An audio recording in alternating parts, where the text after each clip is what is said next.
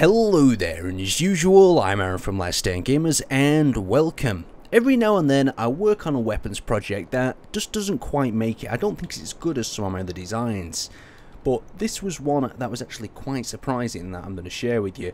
Now, this is what I call the Shuriken sort of ninja star sort of design. The concept of it was to hit a side of a ship and then spin into it and make as much damage as possible and try to get it stuck within the target. And it ended up working quite well. Down here I have got a launcher.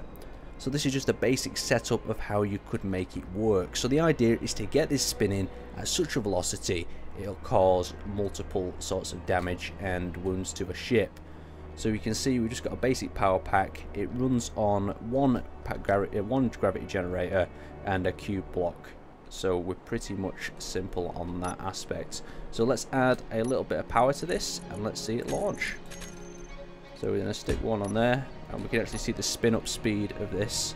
It's actually quite dangerous. I wonder if it'll even hit that ship. Now this ship is quite a distance away, and if it hits that I'd be quite surprised. So there's nothing really to slow down this. The only thing that will slow it down is actually the ship, or if it hits the target. Otherwise it'll just keep going through space for an absolute long amount of time. So you can only see I've damaged this ship before by firing targets at it, and hopefully that spinning sort of motion will cause maximum effect on it. Now it's just a bit of a hulk of a ship at the moment, this one. It's just one of the carriers, so who knows, it might cause a lot of damage. It might go through, or it might already get stuck in what's left of this debris field. But it's looking pretty good, this, to be honest. Quite accurate. The target launch is miles away now, and if this ship was docked here, we'll actually see how much damage it does over that distance. So we'll have to see. So there we go, we've hit one of the hangars. Not too much damage. We've got quite a nice big entry wound, and that's what we wanted when it hits, to sort of split open and cause a lot of damage. It didn't get stuck inside, but that's probably due to it hitting one of these hangars where there's a lot of space for it to escape.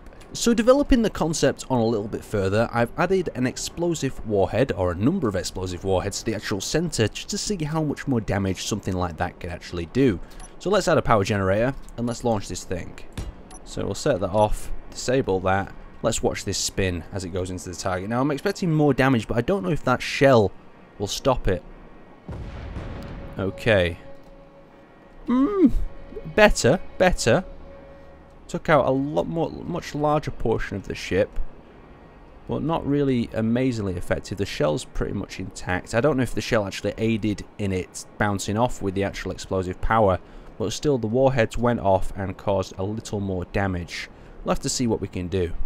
So we're going to move on to launching them from the ship. As you can see, we've got 6 of them down the side. I'm not going to launch these from the cockpit because I'm going to be stuck on a little bit of a menu and I don't think it'll be as cool as a watch, so I'm just going to cut them free.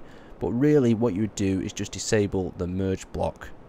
So I'm going to launch the first one and hopefully it'll spin away. So there we go. First one off on target, spinning, and it's going to do collateral. It's going to do as maximum amount of damage as it can when it hits. So let's launch a little bit of a volley of 2.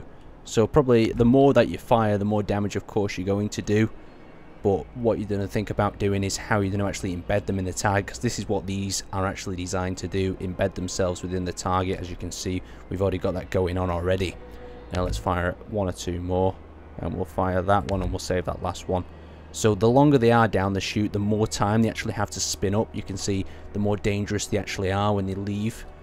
So let's actually have a look at what damage we're doing. What we're looking for is that they've pushed each other inside the hull of the ship and caused a lot of internal sort of fracturing. So as you can see, we've got a few stuck inside. We've got some damage, some chipped off. And just since this is just a plain target ship, there's not too much on the interior.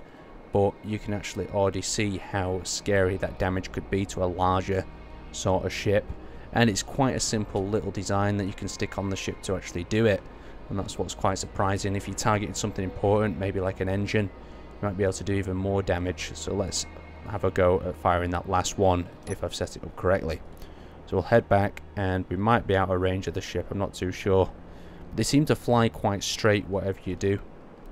So we're at the back now, and no, there's not going to be enough gravity to actually propel this one. So I'm just going to stick a final generator on the back and off we go. So we can see how that one's going to launch. It's going to spin up. This is what's weird. It spins up one way and then starts to spin up the other way, and that just surprises me. I wasn't really too sure why it did that. So it looks like we're going to get the engine room or the engine bay Ooh, that was a very nice shot. Very nice indeed. What sort of damage have we got? And we've got the embedding in the target that we're looking for. Because what's going to happen, even if we've not done too much damage, if that object then gets stuck within the target ship, it's going to be a lot more damage. It's going to be harder for that ship also to pull away. Also taking out them key corridors as blocking it up. So a very interesting concept I had to share with you. So guys, I hope you enjoyed watching that. I'm going to be doing a little bit of revision over this little concept. And you can tell me what you think about it. So thanks for watching, and I'll see you next time.